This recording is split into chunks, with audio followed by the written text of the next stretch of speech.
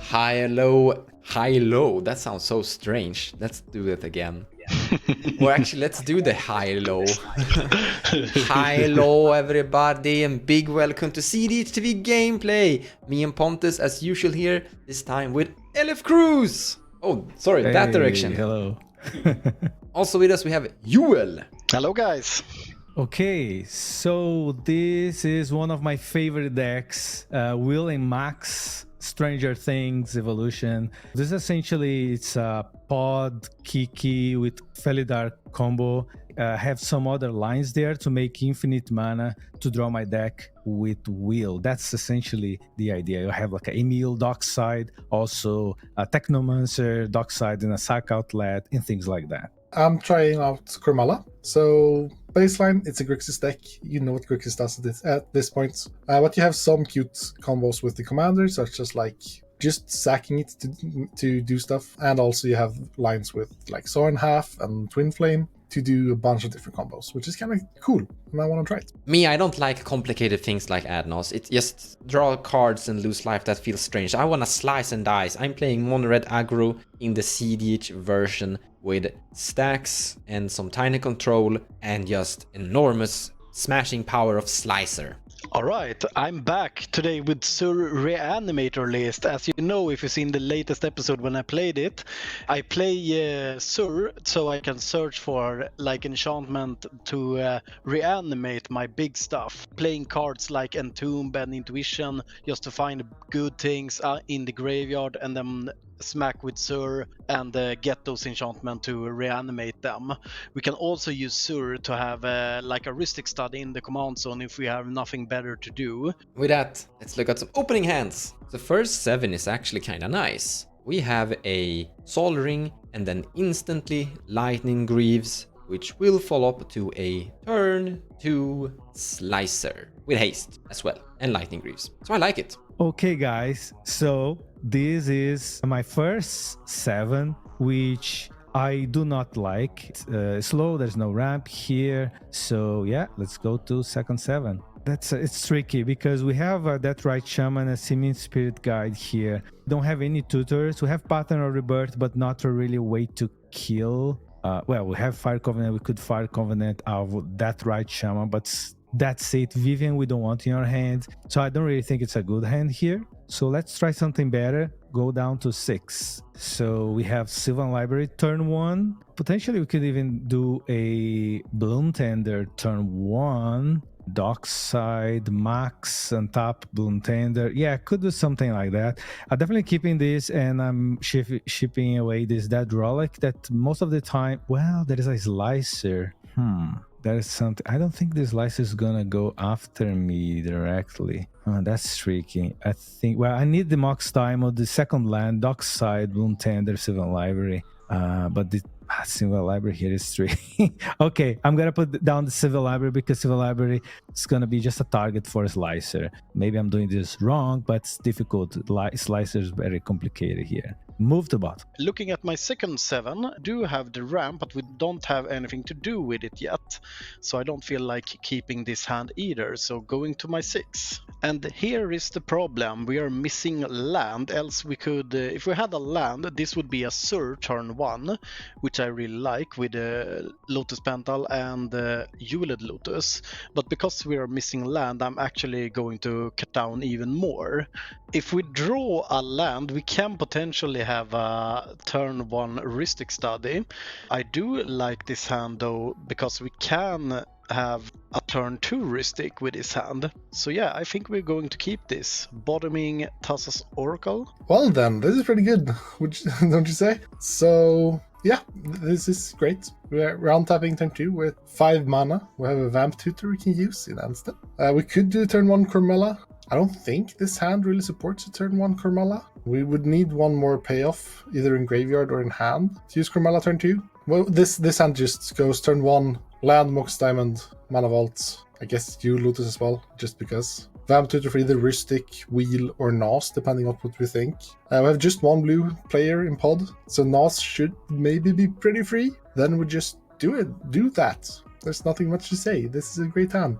And with that, let's start the match. All right, I'm gonna play Gemstone Cavern, exiling Mox Diamond. I'm gonna start us off. I'm gonna draw a card for turn. I'm gonna play this mountain. I'm gonna tap the mountain and cast a soldering. I'm gonna tap the soldering and cast a lightning greaves. And I'm gonna pass the turn. Okay, draw this card, play this Bloodstained Mire. I'm going to pay 1 life, crack it, search Scribbleland. As a Mox Diamond, I'm gonna pitch a Godless Shrine. Then I'm gonna tap for 2. I will cast this Bloom Tender and pass my turn. Alrighty, taking my turn. I'm gonna play this Ursa Saga, enters the battlefield with a counter. And I'm gonna tap 2 mana to cast a Talisman. Pass my turn to you, good sir. Take my turn. Land for turn will be a command tower. I would then like to cast this Mox Diamond. Mox Diamond will discard this Demons. I will tap Mox Diamond for a Mana Vault. And then I would like to pass my turn. Untapping and drawing a card for turn. Let's go on mountain number 2. The Slicer with a backside version. Then, as it's a living metal thing, I'm gonna equip it with some lightning greaves. Now it already has haste, but now it also has some protection. And then we're gonna attack with Slicer Dicer at Pontus for 3 damage. No blocks, take 3. This means that Slicer converts to this version. And here I'm gonna pass the turn. And you can have a Slicer, my friend, during your turn. Slicer here. I'm feeling a little bit overwhelmed. I actually helped you. I mean, I gave you a red mana to your Bloom Tender here. Whoa, that's actually true. Wow, that's amazing. You're welcome. Thank you. Now use it to kill people. Okay, so let's draw for turn. Now we got a Slicer. Play this Flooded Strand, none for turn. And I'm going to crack it. Going to search for Savannah. Tap Bloom Tender, red and green. I'm gonna cast Max. Tap this too. And I'm gonna cast Will. Trigger Max. I would like to untap Bloom Tender. Untap Bloom Tender. Create a clue for Max. Will it be? I will create one clue because I always create a clue with Max, and then you can decide whether you want a clue or you want to lose 1 life. For each clue that you create, I create an extra clue. What do you guys feel? Do you feel like getting a clue? I'm just gonna guess that we're all gonna eventually get a clue here, so to say. I'm thinking of not getting a clue actually, so I decide not getting a clue. So you lose 1 life. I lose 1 life. I'll make a clue. I will also make a clue. Create 2 more clues. So I'm up to 4 clues. Attack Pontus with Slicer and Max at Zur player with Max. Don't use life as a resource, but I can take 3. No blocks, take 6. Second main, I will tap Bloom Tender for all colors but blue, and I'm gonna cast this Dockside.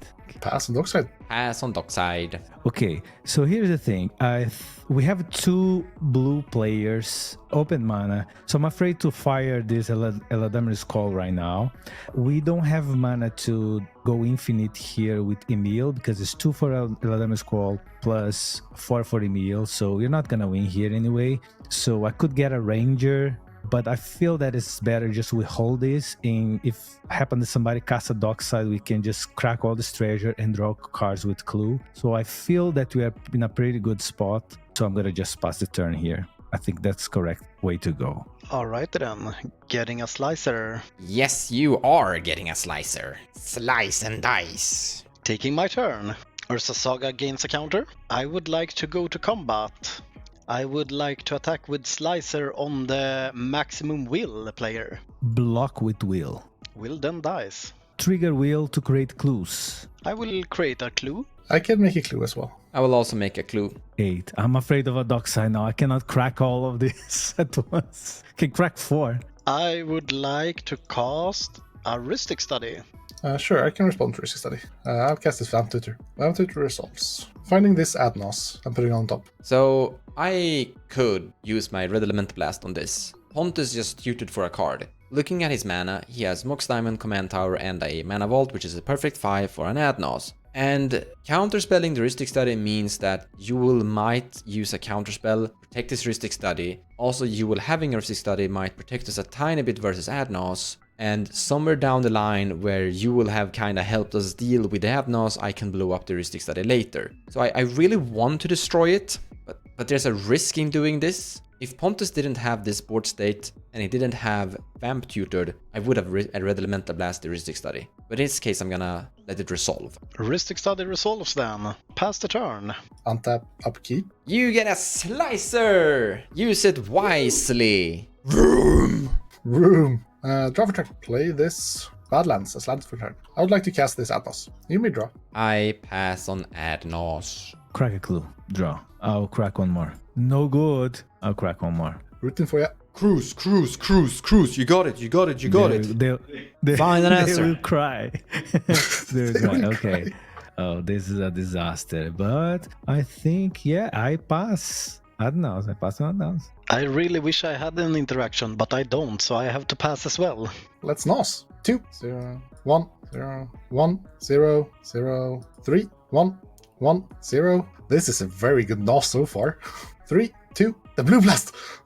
1, 5. Ouch. I will stop here. Yeah, so we kind of had to stop there because the only actual line we have is based on the Grim Tutor, and Grim Tutor costs 3 life. And we might have to cast it more than once, Cormela/Breach. So I can't really go much lower to be able to do that and cast more stuff. So we don't have an answer to Heuristic Study. So you will be able to draw a bunch of cards here. But we also have Jessica's Will as one of our payoffs, which is pretty good when you will has a fed hand. We might lose. We have 3 free counters and nothing else. We have 3 free counters, so we probably win the counter war. I can't really go lower and still have the life enough to do everything. Cast the Mana Crypt, you may draw. I'd like to deadly Rollick a Slicer in response. So, fun fact, you can't deadly Rollick my Slicer because Slicer is currently equipped with a Lightning Greaves. Sorry. Also, to be perfectly honest, Slicer doesn't really help me, sadly. Oh, okay.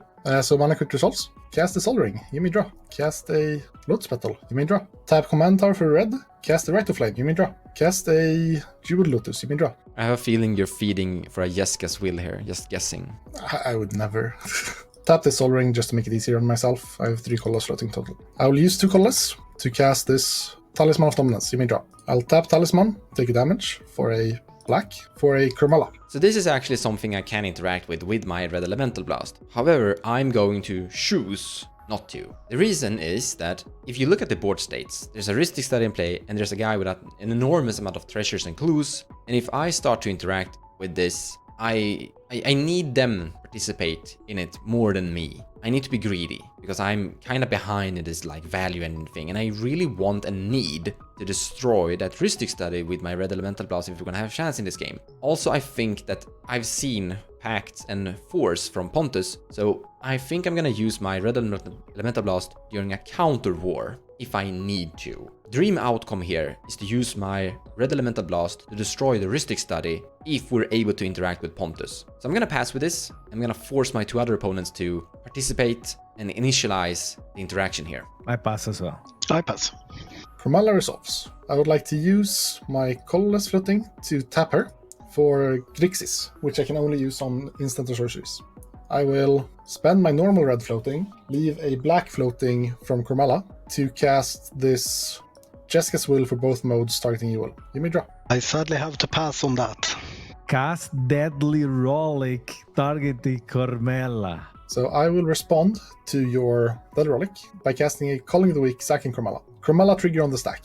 I would like to target Vampiric Tutor. Would like to try casting this Mindbreaker Trap, targeting both the Culling and Jessica's Will. I will pack the Mindbreaker Trap. You may draw. I will fire off my Red Elemental Blast by tapping this mountain that can't be tapped, strangely. But I'm tapping this mountain to cast a Red Elemental Blast. Cracking this Lotus Petal to blue blast the red blast. You may draw. I will draw. Sadly, I didn't draw any interaction. So I am going to crack these 2 treasures. I'm gonna cast this Eladamir's Call. I'm gonna get a Endurance. That's all I can do. It's still in response to the blue blast. I'm gonna attempt to cast this Endurance, exile my Protein Hull.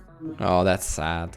But it was for a good cause. Okay, so in response to Endurance, I will cast this Force of Will, pitching this Mnemonic Betrayal. You may draw. No interaction, sadly. So Force resolves. Blue Blast counters Red Blast. So Pact on the stack, targeting The Mindbreak Trap. Back to Cormela trigger, I would like to return my Vamp Tutor to my hand. I have 4 black. I would like to respond to my Jessica's Will by casting this Vamp Tutor. If we would actually have attacked with Slicer at you, you would have been dead by this Vamp Tutor. Yes. Could you have actually won and found another line if Slicer would have smacked you? I'm not sure if I have a line currently. Vamp Tutor resolves. I'll put this breach on top. 19 red mana. So when I cast this, I already had my commander in play, but I also had a Slicer. So either way, I would always get both modes of this card. But Slicer being in commander makes it so I wouldn't even have needed my own commander. You're welcome, by the way. Thank you. I'll exile the top 3 cards. I will exile a Breach. Ooh! How did that go get there? And the Final Fortune. 2 red. To cast this Breach, I can pay for a stick with one of my 16 mana. I would like to use 1 red and 2 of my 3 black mana to cast this Grim Tutor, paying for a stick. I will find this Brain Freeze, losing 3 life. I'll pay 2 mana to cast this Felwar Stone, paying for a stick. Felwar Stone for a blue. I just realized that there was just 1 blue land. Oof, that was close. I have a Lotus Petal, it's fine, but still.